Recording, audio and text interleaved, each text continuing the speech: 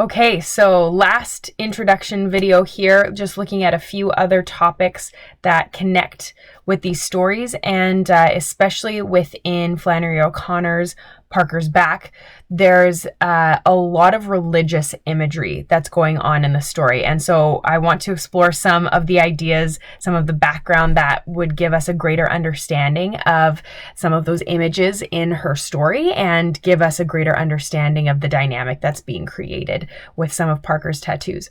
So first off, we have got the Byzantine icon. So this is an idea that or imagery that goes way back. This is much closer to the time of Christ than to our current time.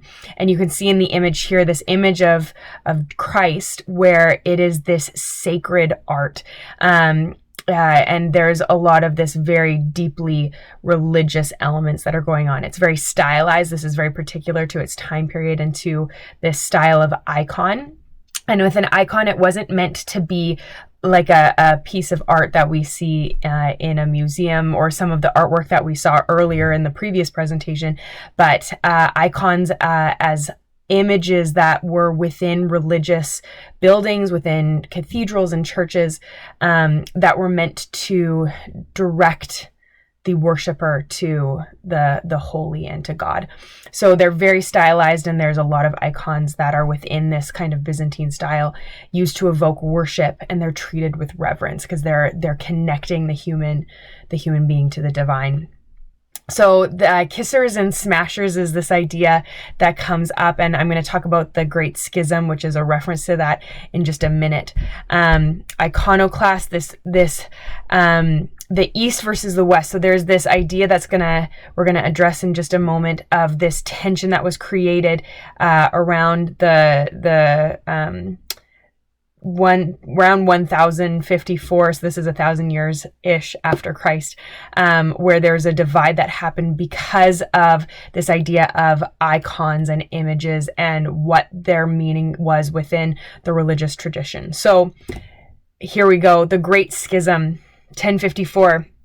So the western side, which is where Rome was the headquarters, versus the eastern side, which is where Constantinople was the headquarters. So we're looking even within our own current Western tradition. Rome is considered part of the Western world. Constantinople, which is in modern day Russia, was a part of the Eastern tradition. And so there is a physical geographical divide between the two.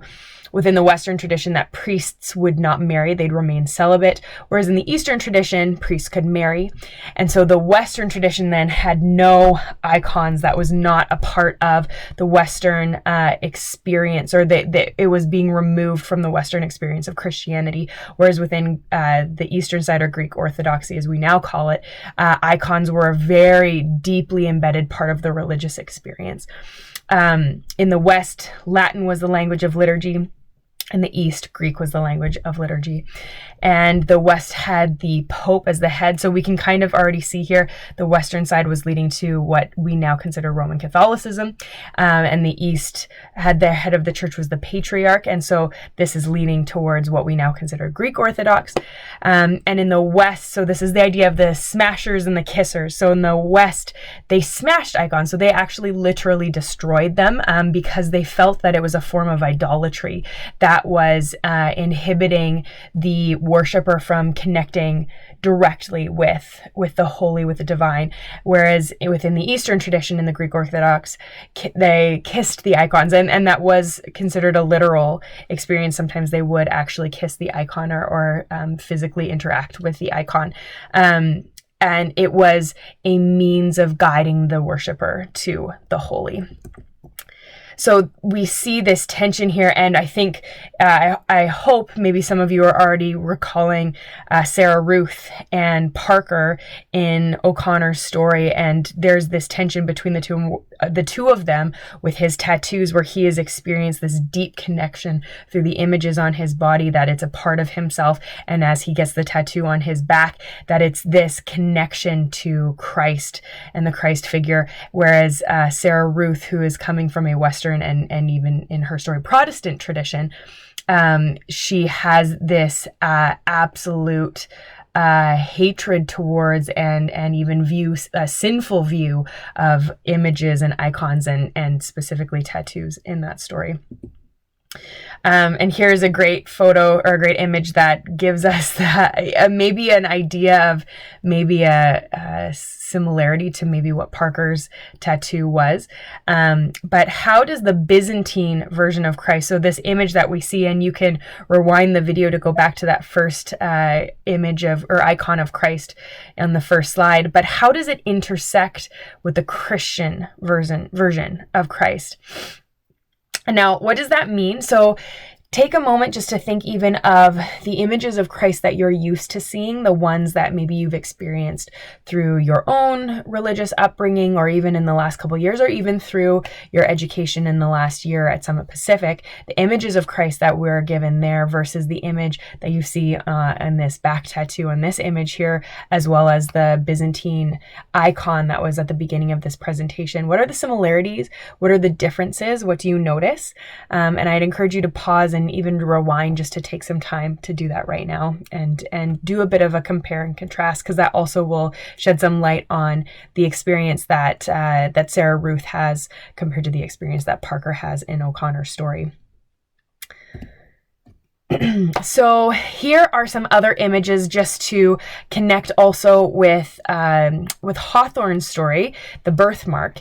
And so we have Georgiana described as having this birthmark, and it's this tiny, almost red handprint. They describe it on her face, and it's as if she was, it's a fairy print, and there's this connection that we are given where Georgiana has this fantasy element to her almost, and compared to her husband Aylmer's background in science and reason, and the scientific idea is so prominent for him, where she has this fairy-kissed element of her body that takes over both of their perspectives of herself. And we can just see some images here, the first with the child with the fairies coming in. It's this very tender image, actually.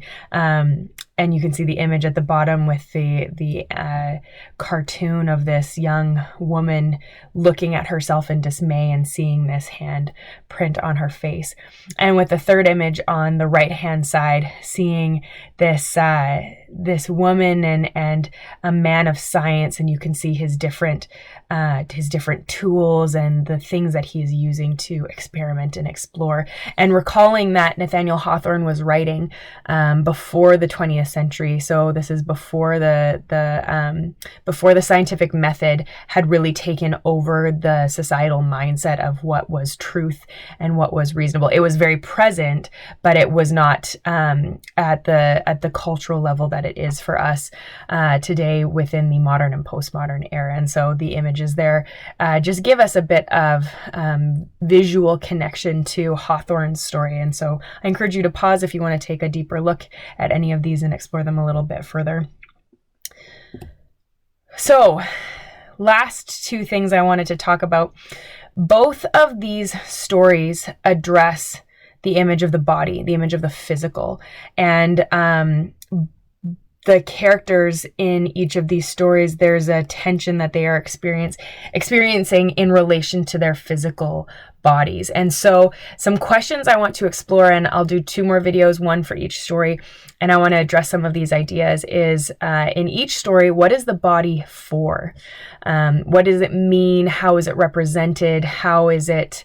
how do the characters feel about it, etc.? Because there's some really interesting explorations happening there. And how do these stories intersect, specifically around their idea of the body and what it's for? What do they say about the body, and what can we take away as readers about the body from these stories?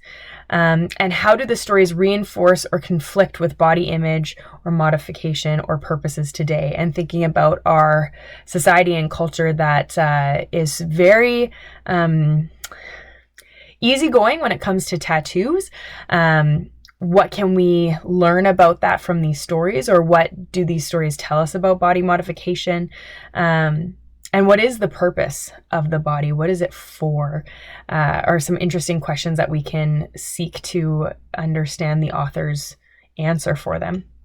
The second topic that both of these address quite clearly is the marriage relationship. And so what do you make of the marriage relationships in these stories? What are some of the similarities? What are some of the differences? What are the things that you think are healthy or unhealthy?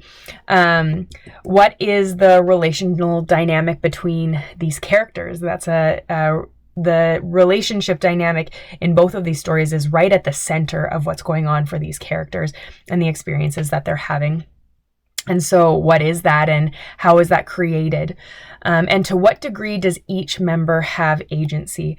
Agency was something I talked about a couple of times when I visited your class earlier. It's a topic that I'm really interested in. But who has the power in these relationships? Who's in control? Who's not in control? At what level? To what degree? Who's the one making the decisions, or who's the one feeling empowered, and who's the one feeling disempowered? Who's in control? So those are some questions that I'm really interested in, and I'm going to explore a little bit in the later videos. And I encourage you to consider these questions as well as you think back on these stories, and maybe look through them again before watching those.